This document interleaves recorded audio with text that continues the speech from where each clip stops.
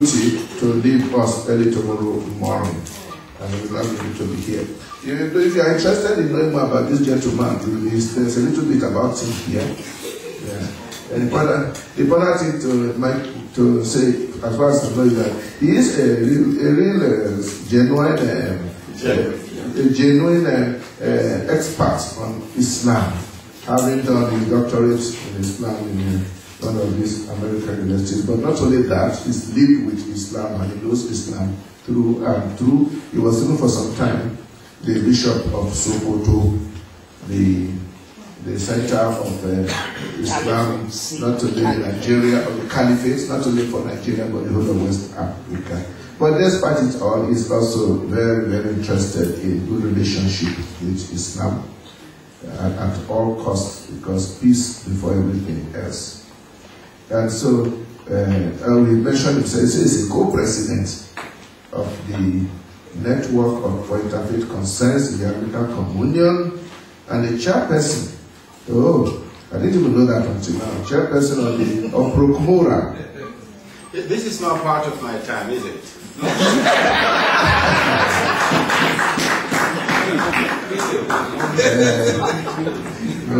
You are not an Anglican bishop's meeting here. I am in charge of this meeting. You will take whatever time I allot to you.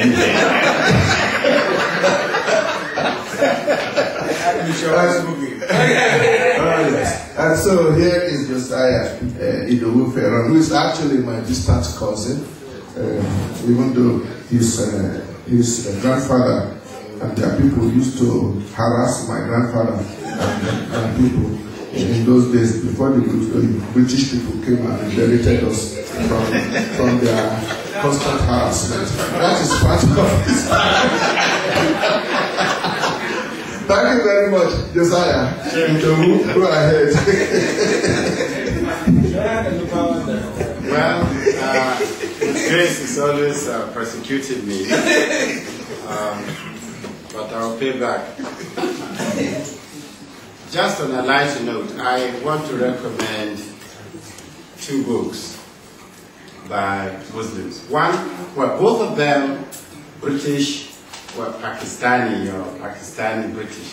The first one is The Islamist by Ed Hussein. I want to recommend that book. You need to read it because you see a Muslim who got converted into Islamism and then came out of it. And I just recommend it. It's fascinating. Then there is the funny second book by another Pakistani British, Ziauddin Saada. Very interesting book, entitled Desperately Seeking Paradise. Journeys of a Skeptical Muslim. You won't drop it if you pick it. You just read it, you will laugh, but it will give you an idea of what is going on within Islam. Now, my topic, I have decided to take the liberty to speak generally. The ideological face of Islam in the form of Islamist conceptions of an Islamic state and the implementation of Sharia. I will not be dealing with Sharia. I will be dealing with two concepts in the topic given to me. The first concept is Islamism, and the second concept is ideology. The word Islamism has an origin, and the available literature, if you do the literature review, you discover that it is very interesting that the French were the first set of people to use the word Islamism in the 17th century.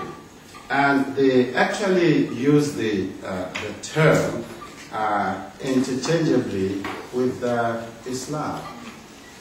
So that continued for the 17th, 18th century until Ayatollah Khomeini. Islamism and Islam were sort of used interchangeably. But the change in the vocabulary actually happened.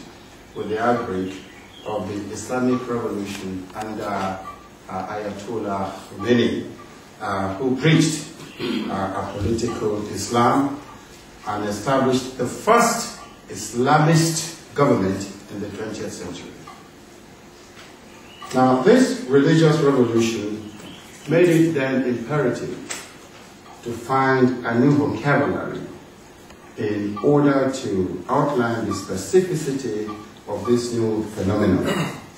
This event gave rise to new frequently used terms. So we began to have terms like Islamic fundamentalism, radical Islam, Islamic revival, and political Islam. These terms, which became titles of numerous books and multiple articles, were clear and ambivalent at the same time. They indicated that this kind of Islam, which Ayatollah Khomeini started, is quite different from other versions of Islam.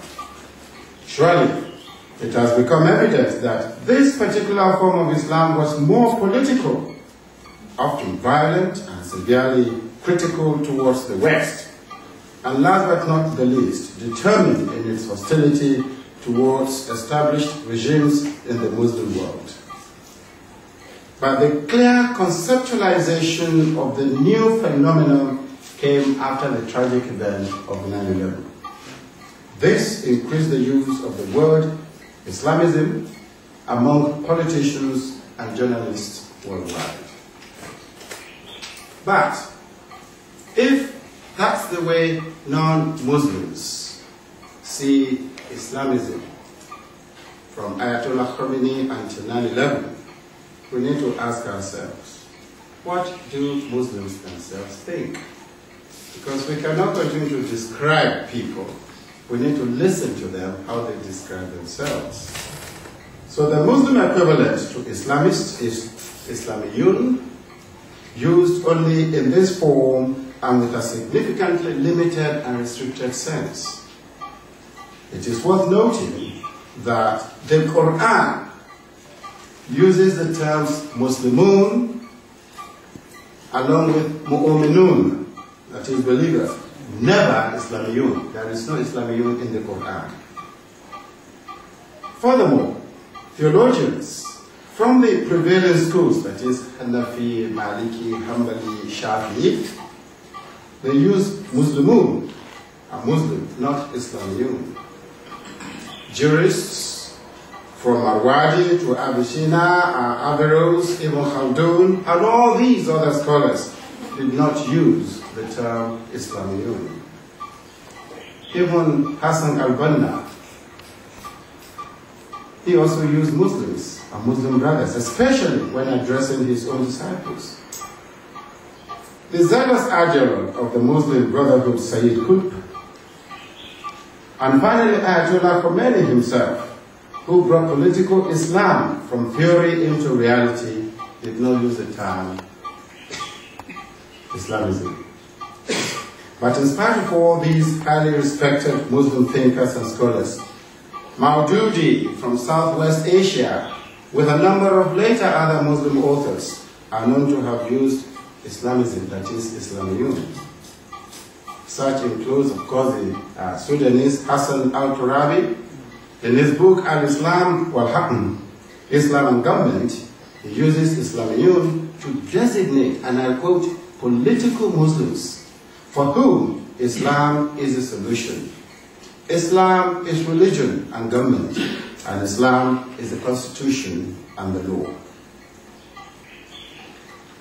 I have also fleshed out a conceptual framework for this term Islamism.